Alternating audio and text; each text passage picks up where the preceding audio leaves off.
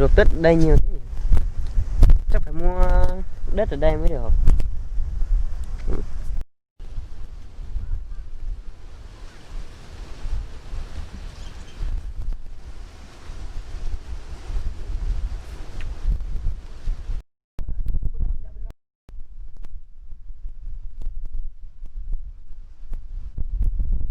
Này anh ơi,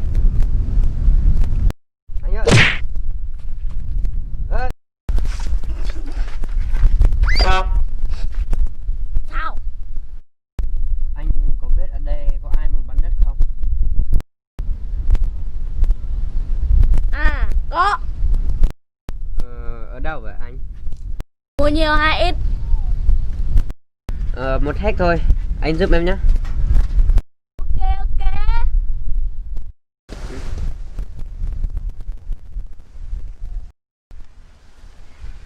Năm nay mình làm ăn thất bại quá, chắc phải bán ruộng trả nợ người ta thôi.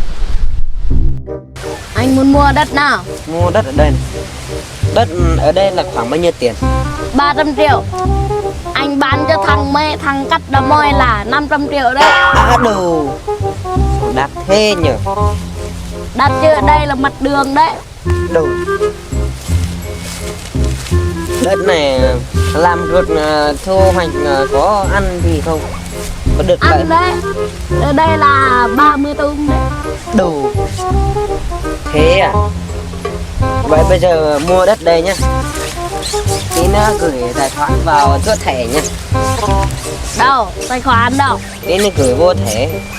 Từ từ chứ người ta làm ăn phải bình tĩnh, từ từ. Vội vàng. Thôi tuy nhiên anh có cắt đá môi không? Nếu anh cắt đá môi em bán đắt hơn. Anh nhớ hồi kia thì anh không cắt đá môi, anh cắt đá trọc thôi. Đá trọc là gì đá bật hả? Đúng rồi, anh cắt đá trọc chứ anh không cắt đá môi. Vậy là rẻ phải không? Rẻ là 300 triệu. Đây đây. Làm gì 300 triệu, phải bớt đi 100 triệu đi. Không bớt đâu, nếu muốn mua thì mua, không mua thì tôi biết. À đủ cả. Để về cắt đá môi đi. Đủ cả hay nhiều. Cút đi, về cắt đá môi đi. Càng thành chủ mua bán đất căng này. Thôi rồi, làm ăn kiểu này, thôi rồi. Thôi đi về. Thế nhỉ? Nếu mình đuổi nó đi thì mình có tiền sao mà lấy được. Đây phải có sổ đồ. Phải kêu nó quay lại thôi. Ê thứ kia, quay lại đây. Gì? Bán rẻ thôi, 50 triệu thôi. À rẻ à? 50 triệu chứ gì? Bây giờ là 50 triệu phải không? Vâng. Bây giờ là bán 50 triệu à?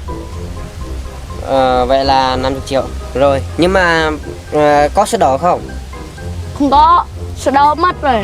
Vậy à? Vậy cũng được.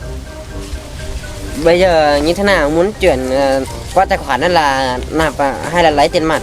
Lấy tiền mặt. Tiền mặt luôn à? Tiền mặt thì phải từ từ thôi.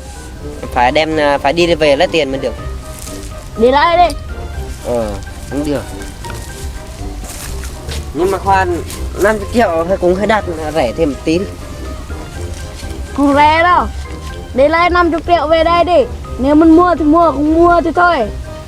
Vậy à, 50 triệu. Mình đúng lời. Có tiền thôi.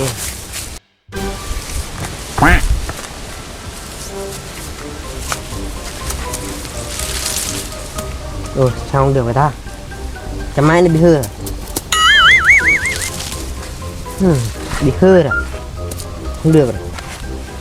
Cái máy này xài như này sẽ được. Nó làm gì đây? Được rồi. Được rồi. Để tiền ra rồi.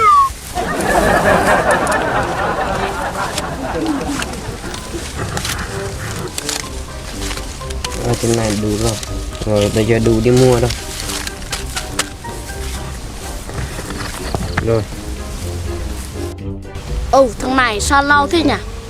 Chắc lừa tao chắc. Thằng này.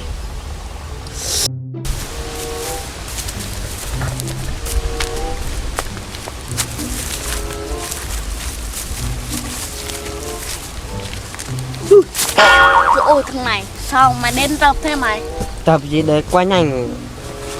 Nhanh làm gì? Tiền đâu, đủ chưa? Đủ rồi này này.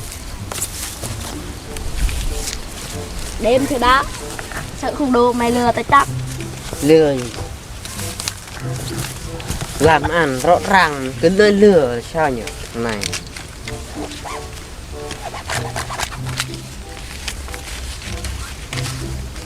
Mười 4, 15, 16, 17, 18. Thiếu. Thiếu cái gì? Thiếu 2 triệu. Làm gì ngu người à? Đếm lại đi.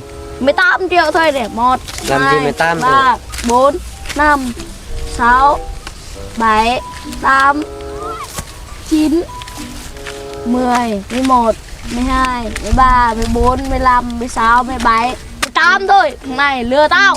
Đủ rồi, đếm lung tung này cũng được rồi, làm ăn này sao được? Đi rút thêm 2 triệu nữa đi. Làm gì, đếm gì mà đếm lung tung cái trời. Này đêm thôi đi. Bảo hồi nay bán đất bao nhiêu? Bao nhiêu nhỉ? Bảo bán có 10 triệu, à đúng rồi 10 triệu, bây giờ cho mày đưa 18 triệu chứ đúng à? À đúng rồi. Thì đúng rồi, lời 8 triệu còn gì nữa. Lời Bắt tay. Làm ăn phát đạt. Ok. Ok, đi về, bây giờ đi về đi, đây luộc đây là tôi rồi. Ngày mai tôi phải tới đây mới được. Rõ ràng nó bảo nó bán 50 triệu, bây giờ mình đưa nó có 18 triệu mà nó cũng bảo lời rồi này được. Thằng ngu, các bạn là ngu hết bồ luôn. Bây giờ mình có ruột rồi, phải chăm chỉ làm ăn thôi. Lừa cái thằng ngu để sướng thật. Sướng ơi là sướng luôn. Đưa nó 18 triệu nó cũng tin, cái thằng này ngu như bột à. Mình lừa được nó rồi, mình có ruột. Năm nay mình đã sống hơn 15 tuổi rồi, chưa gặp trường hợp nào như thế này cả. Mình lừa được nó 70, mình lừa được nó bao nhiêu chị? Quên mất rồi, 30 mấy triệu, à đúng rồi, 22 triệu luôn, mình lừa được nó luôn. Ôi rồi ôi sướng thế nhờ.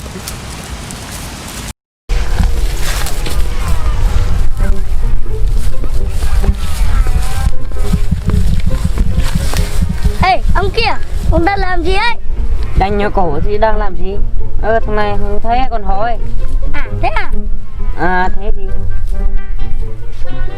Ông biết đất này là đất nhà tao. cái gì? Đất nhà mày à? Mày có bị điên không? Mày đi soi lại não mày coi có cái gì trong đấy không? Mày mà ông từ đâu tới đây? Tất nhiên là tới từ quên tới từ đâu.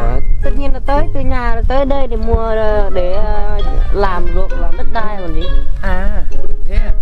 Ừ. Ông chưa biết mình à? Thế ông có biết Đó cái môi này thằng nào? đây nè? Đấy là cái môi.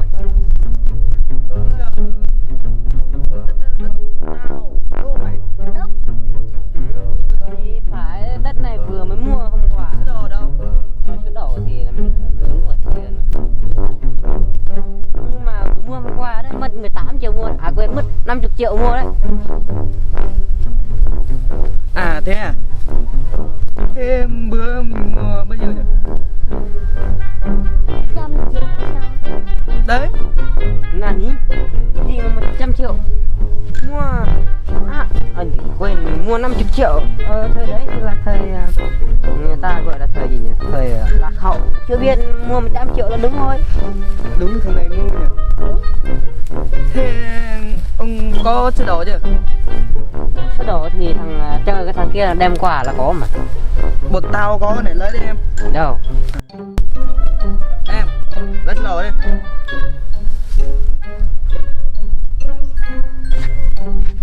Đây, ông nhìn thấy chưa? Ông nhìn thấy chưa? Ông có muốn lên sao? À đủ thôi bỏ đi. Ruột mấy ỏng vừa là mình bị lừa.